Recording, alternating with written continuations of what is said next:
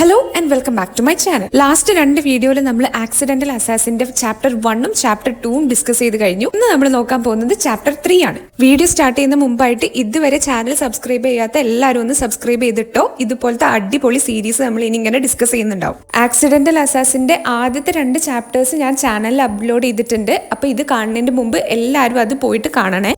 കഴിഞ്ഞ ചാപ്റ്ററിൽ നമ്മൾ ബോണിയെ കോഫി ഷോപ്പിൽ വെച്ച് കണ്ട നായകൻ ബേസ്മെന്റിൽ കെട്ടിയിട്ട് അവിടെയായിരുന്നു അവസാനിച്ചിരുന്നത്. ബോധം വന്ന് കണ്ണ് തുറന്നപ്പോ നേരെ കണ്ടത് നമ്മളുടെ നായകനാണ്. നായകനാണെങ്കിലോ അവളോട്, ഓ നീ എണീച്ചോ, ഞാൻ കരുതി നീ ഒരു സാധാരണക്കാരിയാവുന്നു, പക്ഷെ നിന്റെ കയ്യിലിരിപ്പ് ചില്ലറയൊന്നും അല്ലല്ലോ, ഒറ്റക്ക് പെണ്ണോണ്ടല്ലേ നീ തോക്ക് കൊണ്ടുവന്ന ആളെ അറ്റാക്ക് ചെയ്തത്, ഇത്തരം അഭ്യാസങ്ങളൊക്കെ നീ എവിടുന്ന് പഠിച്ചു, ഇതൊന്നും സാധാരണക്കാരായ ഒരു പെണ്ണ് ഞാൻ ചെയ്യുന്ന കണ്ടിട്ടില്ല. ഇതായിരുന്നു നമ്മളുടെ നായകൻ കണ്ണ് തുറന്ന പാടെ അവളോട് പറഞ്ഞത്. ബോണിയാണെങ്കിലോ, ഞാനിപ്പോ ഇത് എവിടെയാണ്, ഏതാണ് ഈ മുറി, എന്തിനാണ് ഇയാൾ എന്നെ കെട്ടിയിട്ടിരിക്കുന്നത്, ഇതൊക്കെയാണ് അവളുടെ മനസ്സിൽ കൂടെ പോകുന്ന ചിന്തകൾ. എങ്ങനെയാണ് ഞാൻ ഇവിടുന്ന് ഒന്ന് രക്ഷപ്പെടുക, ഇവിടെ ആണെങ്കിൽ വേറെ ഒരു ജനലുകളും കാണുന്നില്ല, ആകെയുള്ള ഒരു ഡോർ ആണെങ്കിലോ അത് ഇവന്റെ ബാക്കിൽ. അപ്പൊ ശരി, ഇനി പറ, നീ ഏതാ, എന്താ നിന്റെ ശരിക്കുള്ള ജോലി? നമ്മളെ നായകൻ അങ്ങനെ ബോണിയെ ക്വസ്റ്റ്യൻ ചെയ്യാൻ തുടങ്ങുന്നുണ്ട്. ഞാൻ ഈ ഓഫീസിലെ അക്കൗണ്ടന്റാ, അല്ലാതെ നീ വിചാരിക്കുന്ന പോലെ വല്ല അണ്ടർ കവർ സ്പൈയോ ഏജന്റോ അങ്ങനെ ഒന്നും അല്ല. ബോണി അവന്റെ മുഖത്ത് നോക്കിയിട്ട് നല്ല സ്റ്റേൺ ആയിട്ട് തന്നെ മറുപടി പറയുന്നുണ്ട്. അക്കൗണ്ടന്റോ?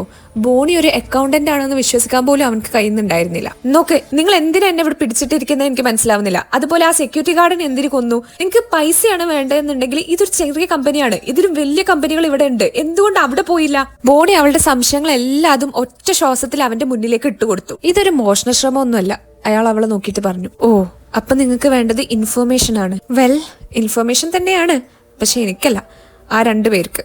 എന്നെ ഇവിടെ അയച്ചത് അത് അവർക്ക് കിട്ടാതിരിക്കാൻ വേണ്ടിയിട്ടും. നമ്മളെ നായകൻ അവളെ ചോദ്യത്തിനൊക്കെ ഉത്തരം എന്നുള്ള രീതിയിൽ മറുപടി കൊടുക്കുന്നുണ്ട്. നിന്റെ ഭാഗ്യത്തിനാണ് ഞാനപ്പോ അവിടെ ഉണ്ടായിരുന്നത്, അല്ലെങ്കിൽ നീ അയാളെ കൈകൊണ്ട് ഇല്ലാതായിരുന്നു. ഓ പിന്നെ, അയാളൊക്കെ നേരിടാനുള്ള അടവുകളൊക്കെ എന്റെ കയ്യിലുണ്ട്. നീ വിചാരിക്കുന്ന പോലെ അത്ര സില്ലിയൊന്നും അല്ല കാര്യങ്ങൾ. അയാൾ ഒരു ട്രെയിൻഡ് അസാസിനാണ്. ഇന്ന് നിന്റെ ഭാഗ്യം കൊണ്ടാണ് നീ രക്ഷപ്പെട്ടത്. വളരെ ഗൗരവത്തോടെ ബോണിയുടെ കണ്ണിലേക്ക് നോക്കിയിട്ട് അയാൾ പറഞ്ഞു. അസാസിനോ? ആ വാക്ക് കേട്ടപ്പോ തന്നെ നമ്മളുടെ നായികയുടെ കണ്ണ് തള്ളിപ്പോയി. അസാസിനോ? അപ്പൊ അയാളാണോ സെക്യൂരിറ്റി ഗാർഡിനെ കൊന്നേ? എന്നെ അഴിച്ചുവിട്. അയാളെ നേരം തുറച്ചു നോക്കിയിട്ട് ബോണി പറഞ്ഞു. എന്താ ഞാൻ ഇവളെ ചെയ്യണ്ടേ? അഴിച്ചുവിടണോ? അവളുടെ ബാക്കിലോട്ട് നോക്കിയിട്ട് അവൻ പറഞ്ഞു. ഇവിടെ ഇനി 3ാമതൊരാളും കൂടി ഉണ്ടായിരുന്നോ? ഞങ്ങൾ 2 പേരും അല്ലാതെ? അവൾ പെട്ടെന്ന് തന്നെ ബാക്കിലോട്ട് കയറ്റി ചരിച്ചു നോക്കി. കെട്ടിയിട്ടത് കാരണം ഫുള്ളായിട്ട് കാണാനും കഴിയുന്നുണ്ടായിരുന്നില്ല. വെറും ഒരു അക്കൗണ്ടന്റ് ആയ നീ എങ്ങനെ പെണ്ണ് കൊണ്ട് ഒരാളെ കൈകാര്യം ചെയ്തു? ബാക്കിന്നതാ ഒരു ബ്ലോണ്ട് ഹെയർ ഉള്ള പെണ്ണ് നടന്നു വന്ന് അവളോട് ചോദിച്ചു. നല്ല സ്റ്റൈലിഷ് ആൻഡ് എക്സിക്യൂട്ടീവ് ലുക്കിലുള്ള ഒരു പെണ്ണ്. അവളുടെ ലൈറ്റ് ഐസും ഡാർക്ക് ലിപ്സും അവൾക്കൊരു പവർഫുൾ ലുക്ക് തന്നെ കൊടുക്കുന്നുണ്ടായിരുന്നു. എന്റെ അച്ഛനാണ് എന്നെ അതിന് പഠിപ്പിച്ച്.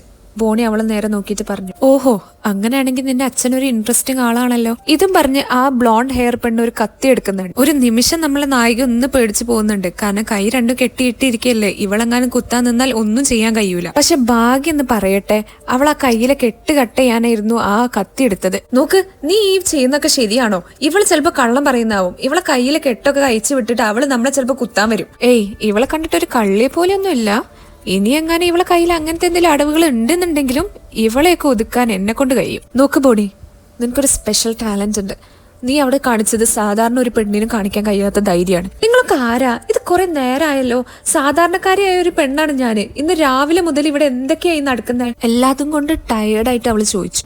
Okay, my name is Claire and ഇത് റോൺ. ഫിയന്ന അസോസിയേഷനിൽ വർക്ക് ചെയ്യുന്ന ഏജൻസ് ആണ് ഞങ്ങൾ 2 പേരും. ക്ലെയർ, എന്തിനാണ് നീ ഇതൊക്കെ ഇവളോട് പറയാൻ നിൽക്കുന്നത്?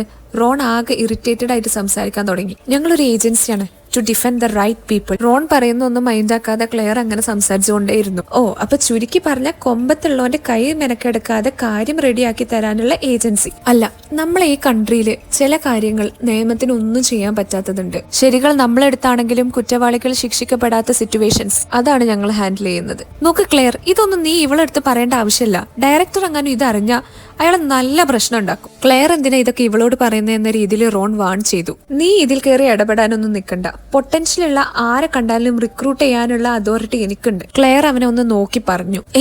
റിക്രൂട്ട് ചെയ്യാനോ? 2 ആൾക്കാരും ഒരേ സ്വരത്തിൽ ഞെട്ടിത്തെറിച്ച് പറഞ്ഞു. ക്ലെയർ, ക്ലെയർ, നീ സീരിയസ് ആണോ? ഇവളെ കൊണ്ടൊന്നും ഇതുപോലത്തെ ഡേഞ്ചറസ് വർക്ക് ഒന്നും ഒരിക്കലും ചെയ്യാൻ കഴിയില്ല. ഇവളെ കണ്ടാൽ തന്നെ മനസ്സിലാവില്ല ഇവള് ഒരു പൂക്കിയാണെന്ന്. കണ്ടോ, ഇവള് സ്ട്രോബെറി ഇയറിംഗ്സ് ഒക്കെ ഇട്ടാ നടക്കുന്നേ. ഇവളെ കാര്യത്തിൽ ഞാനൊരു ചാൻസ് എടുക്കാൻ പോവാ. ഇവക്ക് എന്തൊക്കെയോ പൊട്ടൻഷ്യൽസ് ഉണ്ട്. ആ പൊട്ടൻഷ്യൽസ് ഒക്കെ കറക്റ്റായി യൂസ് ചെയ്താൽ നല്ല റിസൾട്ട് ഉണ്ടാവും. നോക്ക്, നീ ഇതിലൊന്നും പറയാൻ നിൽക്കണ്ട. നിനക്കും ഞാൻ ഇതുപോലെ ഒരു ചാൻസ് തന്നതാണ് അന്ന്. ഇതും പറഞ്ഞ് ക്ലെയർ അവന്റെ വാഴ അടുപ്പിച്ചു. ഫിയന്നയിൽ ഇതുപോലെ ഇടക്ക് പൊട്ടൻഷ്യൽ ഉള്ള സാധാരണക്കാരെ റിക്രൂട്ട് ചെയ്യാറുണ്ട്. And I see potential in you. Look Claire, നിങ്ങളെ അസോസിയേഷൻ ഭയങ്കര സംഭവമായിരിക്കും, എന്തെങ്കിലും ആയിക്കോട്ടെ, പക്ഷെ ഞാനൊരു അസാസിനല്ല. എനിക്ക് ഒരാളെ കൊല്ലാൻ കഴിയില്ല. Not yet. നീ ഇപ്പോൾ ഒരു അസാസിൻ ആയിട്ടുണ്ടാവില്ല, പക്ഷെ ഒരു സിറ്റുവേഷൻ വരുമ്പോൾ തിങ്ക് ചെയ്യാനും അഡാപ്റ്റ് ചെയ്യാനുള്ള കാപ്പബിലിറ്റി അത് നിനക്ക് നല്ലോണം ഉണ്ട്. അതൊക്കെ നീ കറക്റ്റായിട്ട് യൂസ് ചെയ്യുകയാണെങ്കിൽ you can become something great. Something great?